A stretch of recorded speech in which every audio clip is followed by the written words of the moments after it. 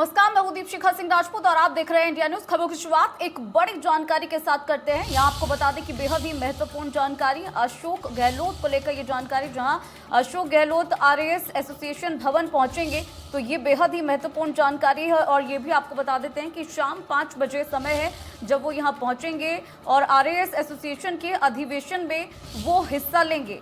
CM Ashok Gehlot RAS association भवन पहुंचेंगे। समय आपको बता देते हैं कि 5 बजे का समय है जब वो यहाँ पर पहुंचेंगे। बड़ी जानकारी है इस वक्त की। शाम को 5 बजे सीएम अशोक गहलोत यहाँ पर पहुंचेंगे। अशोक गहलोत आरएएस एसोसिएशन भवन पहुंचेंगे और यहाँ पर जो अधिवेशन है उसमें वो हिस्सा लेते हुए नजर आएंगे। शाम 5 बजे वो यहाँ पर पहुंचेंगे, अधिवेशन में हिस्सा लेंगे। बड़ी जानकारी है इस वक्त की। यहाँ आपको बताएं कि शाम 5 बजे CM Ashok Gehlot RAS association भवन पहुंचेंगे, अधिवेशन में हिस्सा लेंगे। तो ये बड़ी जानकारी इस वक्त की। यहाँ पर आपको बता दें कि और भी बहुत सी महत्वपूर्ण चीज़ें निकल कर सामने आएंगी जब वो यहाँ पहुँचेंगे, इस अधिवेशन में हिस्सा लेंगे। उसके बाद और भी चीज़ें निकल कर सामने आएंगी। फिलहाल जो जानकारी आ रही है उसके अनुसार आपको बता दें कि शाम 5 बजे वो यहाँ पहुँचेंगे और यहाँ जो अधिवेशन रखा गया है इसमें वो हिस्सा लेंगे। तो शाम 5 बजे का समय आपको बता रहे हैं। बड़ी जानकारी है, महत्वपूर्ण जानकारी है सीएम अशोक गहलोत को लेकर। यहाँ आपको बताएं कि वो आरएएस एसोसिएशन के अधिवेशन में हिस्सा लेने पहुंचेंगे। शाम 5 बजे वो आरएएस एसोसिएशन भवन पहुंच जाएंगे और यहाँ पे जो अधिवेशन रखा गया है उसमें वो हिस्सा लेते हुए नजर आएंगे। बड़ी जानकारी है, महत्वपूर्ण खबर है इस वक्त की। और यहाँ आपको बताएं कि जब ये अधिवेशन होगा उसके बाद और भी चीज़ें निकल कर सामने आएंगी कि क्या क्या चीज़ें जो है अधिवेशन में हुई।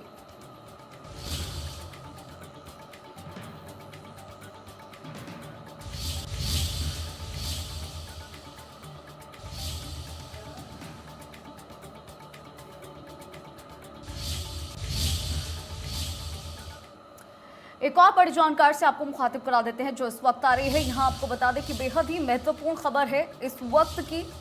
गौरव बजाड़ आरएएस एसोसिएशन के नए अध्यक्ष होंगे। तो ये महत्वपूर्ण खबर है इस वक्त की। गौरव बजाड़ आरएएस एसोसिएशन के नए अध्यक्ष होंगे, तो बेहद ही महत्वपूर्ण खबर है। यहाँ आपको बताया कि निर्विरोध निर्वाचित हुए गौरव बजाड़ आरएएस अफसरों की समस्याओं का समाधान करने का उन्होंने वादा किया है। गौरव बजाड़ अब आरएएस एसोसिएशन के नए अध्यक्ष होंगे। सभी को इंतजार है। अब निर्विरोध निर्वाचित हुए गौरव बजाड़ और इसके साथ आपको ये भी बता दें कि गौरव बजाड़ आरएएस एसोसिएशन के नए अध्यक्ष होंगे। बड़ी जानकारी है इस वक्त की। निर्विरोध निर्वाचित हुए गौरव बजाड़, बेहद ही महत्वपूर्ण जानकारी आपको बता रहे हैं। आरएएस अफसरों की समस्याओं के समाधान की बात उन्होंने कही थी, वादा किया था कि जो भी परेशानियां होंगी, जो भी समस्याएं होंगी, उन समस्याओं का समाधान किया जाएगा। निर्विरोध निर्वाचित हुए गौरव बजाड़।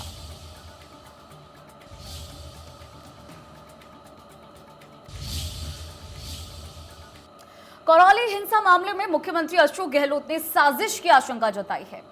सीएम ने एक बड़ा बयान दिया है और ये कहा है कि दंगे भड़काने के पीछे कौन सी ताकतें काम कर रही हैं, उनका पर्दाफाश किया जाएगा और जो भी दोषी होगा उसके खिलाफ कड़ी कार्रवाई की जाएगी। मुख्यमंत्री ने दंगों के पीछे बड़े षड्यंत्र की आशंका जताते हुए कहा है कि तनाव पैदा करने के पीछे कोई बड़ा षड्यंत्र सामने आ रहा है। राजस्थान में कानून का राज है और जो भी लोग इस घटना के पीछे जिम्मेदार हैं उनके खिलाफ कड़ी से कड़ी कार्रवाई की जाएगी। तो एक बड़ी बात अशोक गहलोत ने कही है, साजिश की आशंका उन्होंने जताई है। जो हुई है करौली की, वो आपके सामने है। और आज भी ब्यावर में आपस में एक छोटी बात को लेकर झगड़ा हो गया अभी सुबह और एक व्यक्ति की हत्या हो गई। तो अब ये जो जाति धर्म के नाम पर रंग दे देते हैं, दो व्यक्ति को भी भेज सकते हैं, मर्डर हो गया। और अगर धर्म अलग अलग है दोनों का, तो फिर धर्म के नाम पे लोग ध्रुवीकरण करके फिर उनको इश्यू बनाते हैं। तो आज तो मुझे चिंता कल से लगी हुई जब से मैंने सुना है कि करौली के अंदर जिस प्रकार से घटना हुई है। मैंने अभी सुबह भी बात की डीजी से, उनको मैंने कहा कि जिन्होंने हरकत करी है, जिन्होंने ये दंगे भड़काने का प्रयास किया है, इसके पीछे कौन हुई ताकत थी, उन सबको आप उनके खिलाफ कड़ी से कड़ी कार्रवाई। करौली हिंसा को लेकर सीएम अशोक गहलोत काफी सख्त नजर आ रहे हैं। मुख्यमंत्री अशोक गहलोत ने सीएम आवास पर कानून व्यवस्था की समीक्षा बैठक की है और इस बैठक में मंत्री Ramesh Meena, CS Usha Sharma, DGP ML लाठा मौजूद रहे और इस बैठक के अंदर सीएम अशोक गहलोत ने कानून व्यवस्था कायम रखने और उपद्रवों के आरोपियों को पकड़कर सख्ती से निपटने के निर्देश भी दिए हैं। तो ये समीक्षा बैठक काफी महत्वपूर्ण मानी जा रही है। करौली हिंसा को लेकर समीक्षा बैठक की गई थी और इस बैठक में सीएम ने कहा कि जो भी दोषी होगा उस पर कार्रवाई होगी। मुख्यमंत्री अशोक गहलोत ने बाड़मेर में सर्किट हाउस में प्रेस कॉन्फ्रेंस की और इस दौरान सीएम बीजेपी पर जमकर बरसे और बढ़ती महंगाई पर केंद्र सरकार को जमकर घेरा। उन्होंने देश में आज महंगाई, बेरोजगारी अपने चरम पर है ये बात कही। युवा नौकरी के लिए परेशान ये भी कहा कि पेट्रोल और डीजल के दाम आसमान छू रहे हैं। लोगों में जब आक्रोश बढ़ता है तो लोगों का ध्यान भटकाने के लिए सांप्रदायिक तनाव और ध्रुवीकरण जैसे मुद्दे उछाल दिए जाते हैं।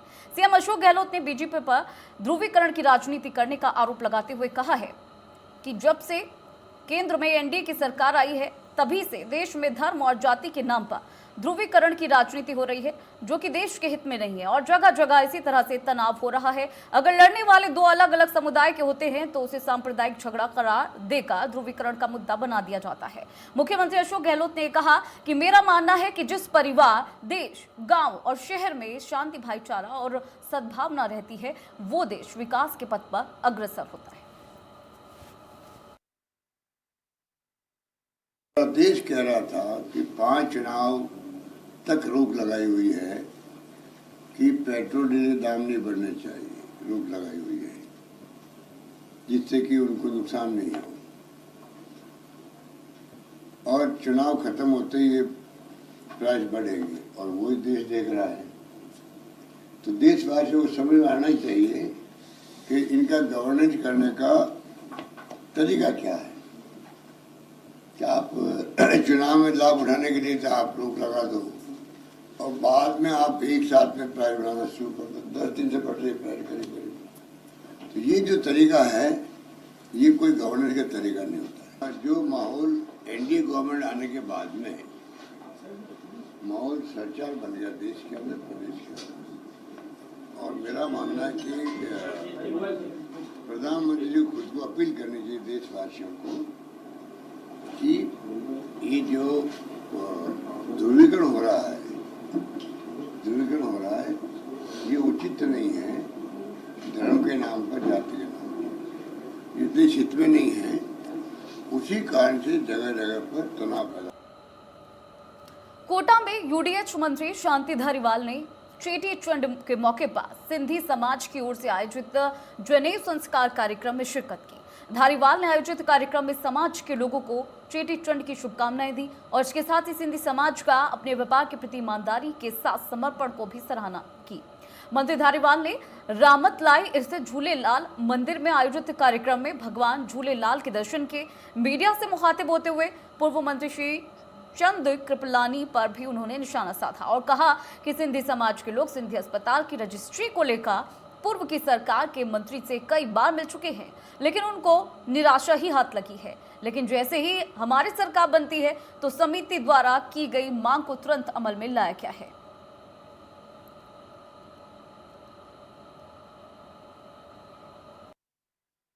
गवर्नमेंट में जो है वो ये बना, लेकिन उनको यहाँ के लोगों की लोगों का बराबर मिल न रहा। मांग करते रहे कि साहब चिकित्सालय की जो है वो कम से कम जो है वो रजिस्ट्री तो करवा दो, लेकिन वो नहीं करवा पाए। ये श्याम जी रोहिड़ा को मैंने लगाया, मैंने इनसे कहा, मैंने कहा आप मेहनत करो, इसका जो है वो पट्टा जारी करवाओ। उनकी मेहनत से जो है आज ये पट्टा जारी हुआ। बीजेपी नेता रामलाल शर्मा ने कांग्रेस सरकार पर निशाना साधते हुए कहा कि कांग्रेस तुष्टीकरण की राजनीति करती आई है और इसी वजह से अब पूरे देश में कांग्रेस सिमटती जा रही है। वहीं करौली की घटनाओं को लेकर रामलाल ने सरकार को घेरते हुए कहा कि समुदाय विशेष के लोगों ने शांतिपूर्ण तरीके से निकाली जा रही रैली पर योजनाबद्ध तरीके से पत्थरबाजी की है।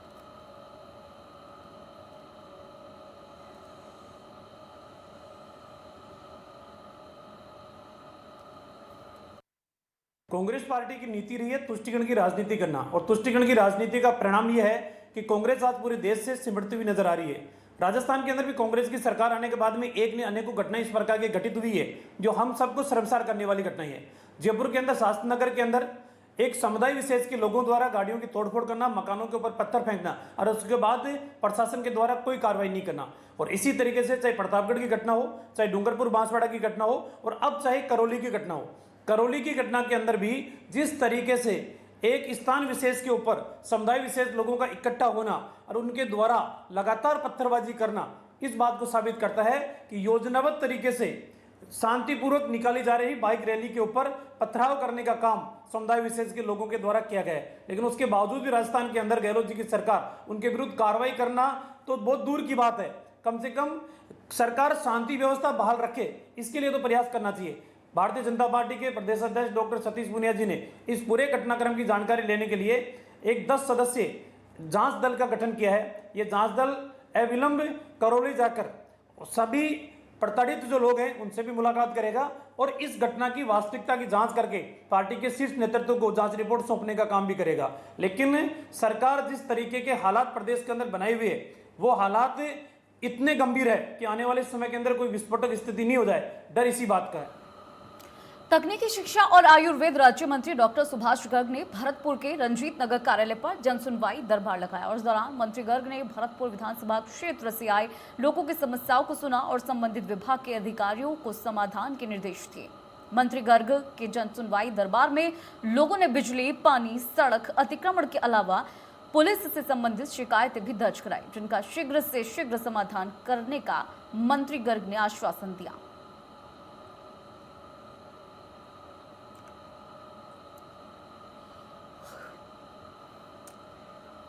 नगरीय विकास और स्वायत्त शासन मंत्री शांति धारीवाल कोटा में है और चेटीचंड महोत्सव के मौके पर मंत्री धारीवाल जनेऊ संस्कार कार्यक्रम में पहुंचे लोगों को चेटीचंड की शुभकामनाएं दी। इस दौरान करीब 41 बच्चों को कार्यक्रम के तहत जनेऊ धारण करवाया गया, साथ ही साथ विशाल भंडारे का आयोजन किया गया।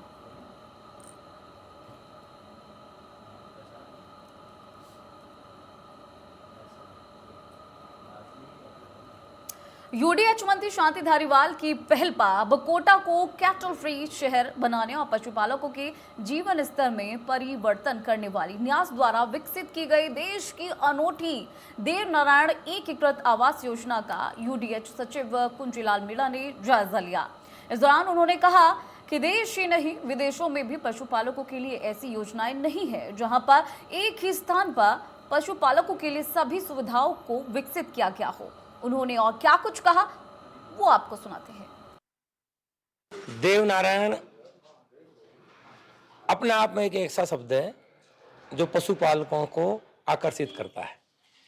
कोटा में जितने शहर के अंदर पशुपालन करने वाले भाई लोग हैं हमारे, जो दूध बेचते हैं, उन सबको एक जगह बसाने के लिए ये देवनारायण आवासीय पशु योजना बनाई है हमने। इसमें करीब 1200 प्लॉट बता रहे हैं मुझे अधिकारी, और करीब 700 प्लॉट तैयार हो गए। और इसका उद्देश्य 2 है। पहला उद्देश्य तो ये है कि कोटा में जो पशु विचरण करते हैं शहर के अंदर, तो वो नहीं करने चाहिए। अब वो नहीं करें तो उनको कहाँ भेजें? भाई कहना तो आसान है कि भाई हम पशुओं को बाहर भेजेंगे, लेकिन पशु कैसे जाएगा? जब पशुपालक को कोई आश्रय स्थल दोगे आप, जब हम शहरों में अतिक्रमण हटाते हैं, कच्ची बस्तियां हटाते हैं, तो सबसे पहले उनको बसाने की जुगाड़ देखते हैं कि भाई कहाँ ये कच्ची बस्ती के लोग जाके बसेंगे। उसी तर्ज पर कोटा में जो पशुपालक भाई बहन है हमारे, उनको हम निवेदन करके और कभी कोटा को हम पशुओं से फ्री रखेंगे। शहर में पशु होना अच्छी बात नहीं है, तो उन पशुपालकों को यहाँ शिफ्ट किया जाएगा। उसके लिए करीब ये 300 करोड़ की योजना बनी। डीडवाना में सड़क निर्माण में घटिया सामग्री इस्तेमाल पर ग्रामीणों में गुस्सा देखने को मिला और इस दौरान ग्रामीणों ने ठेकेदार पर घटिया निर्माण कराने के आरोप लगाते हुए विधायक चेतन रूडी से मामले की शिकायत की और इसके बाद मामले को संज्ञान में लेते हुए सड़क निर्माण कार्य को बंद कराया गया।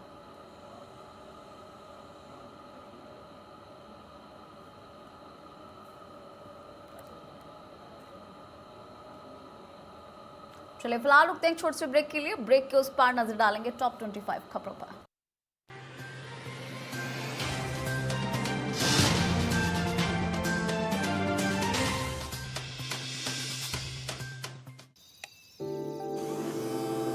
सिलेबस देखा है इनका? मेरी बेटी याद करने के लिए नहीं,